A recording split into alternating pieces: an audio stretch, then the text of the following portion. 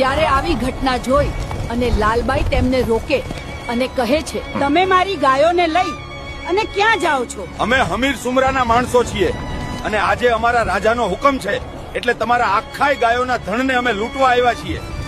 આમ કહી અને ગાયોને લઈને ચાલતા થયા. અને લાલબાઈએ જ્યારે હમીર સુમરાનું નામ સાંભળ્યું એટલે તેઓ સમજી ગયા. આવા માથા ભારે માણસ સામે કોઈનું કાંઈ નહીં ચાલે. પણ આજે લઈ મારી સધીને જોઈ લઉં કે એ મારી વારે આવે છે કે નહીં. આટલું કહી અને લાલબાઈ ડોસી ત્યાંથી એ લાલ પથ્થરે આવ્યા અને પથ્થરે માતાજીનો દીવો કરી અને કહ્યું, હે માતા વરુણી, આજે આ હમીર સુમરાના માણસો મારી ગાયોના ધણને લૂંટી અને ચાલ્યા છે અને માડી આજે તું આમ ચૂપચાપ બેહી રહેશે? માં મને વચન આપ્યું તું, આજે તું ક્યાં સંતાઈ ગઈ? અને જો માડી તું આજે સધી નામ રાખી અને અહીંયા બેઠી હોય ને તો આજે તારો પાવર દેખાય. આગળનો ભાગ જોવા માટે વિડીયોને લાઈક કરો. નહીતર આજથી હું એમ માનીશ કે મેં અહીંયા દેવ નહીં પણ કોઈ પથ્થર પૂજ્યો હતો. અને જ્યારે લાલબાઈએ આટલો બોલ કર્યો ને ત્યાં તો માં સધીથી રહેવાયું નહીં અને માતા સધી પ્રગટ થયા. આ 7 વર્ષની દીકરી થઈ, સામે આવી અને હાથમાં લીધી લાકડી અને પછી તો ત્યાંથી સધી માતા નીકળી. હમીર સુમરાના 7 સિપાહીઓ જે ગાયોના ધણને લૂંટી અને જતા હતા ત્યારે આ 7 વર્ષની દીકરીને આમ વચ્ચે આડી આવતી જોઈ અને 7 માણસો ઊભા રહી ગયા અને કહે છે, આમ અમારો માર્ગ કેમ રોક્યો છે?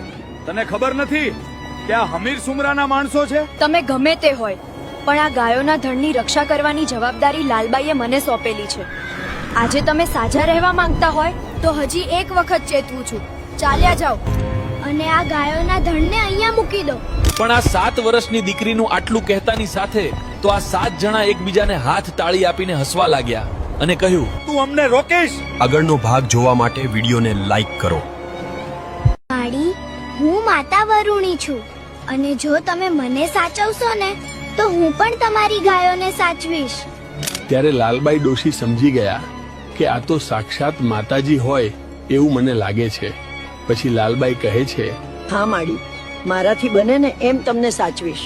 અને આ 7 વર્ષની દીકરીના રૂપમાં આવેલા માતાજી ત્યાં પડેલા એક લાલ પથ્થરમાં જઈને સમાઈ ગયા.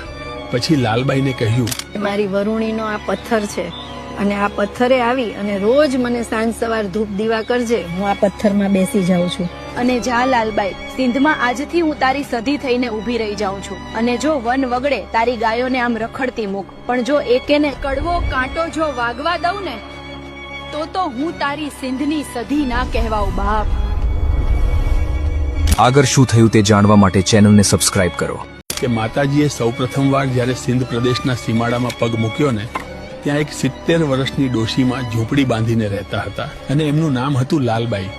આ લાલબાઈ પાસે 150 જેટલી ગાયો હતી અને તે રોજ સવારે આ સિંધના સીમાડે ચરાવતા આમ પોતાનું ગુજરાન કાઢતા હતા. જ્યારે સિંધમાં માતાજીએ પ્રથમ પગ મૂક્યો ત્યારે વરુણીમાં સિંધની સધી કહેવાણા અને આ લાલબાઈની પાસે જઈને માતા સધી બોલ્યા, હે માડી, તમે કોણ છો? બેટા, હું આ પ્રદેશમાં એકલી રહું છું અને મારી ગાયો અહીંયા ચરાવીને મારું પેટ ભરું છું. પણ બેટા, આવા રણમાં તું કોણ છે અને એકલી ક્યાંથી? માડી, તમે મને સાચવશો અને શું માડી, તમે મારી સંભાળ રાખશો? પણ બેટા, તું કોણ છે? માડી, હું માતા વરુણી છું અને જો તમે મને સાચવશો ને તો હું પણ તમારી ગાયોને સાચવીશ. આગળ શું થયું તે જાણવા માટે ચેનલને સબસ્ક્રાઇબ કરો.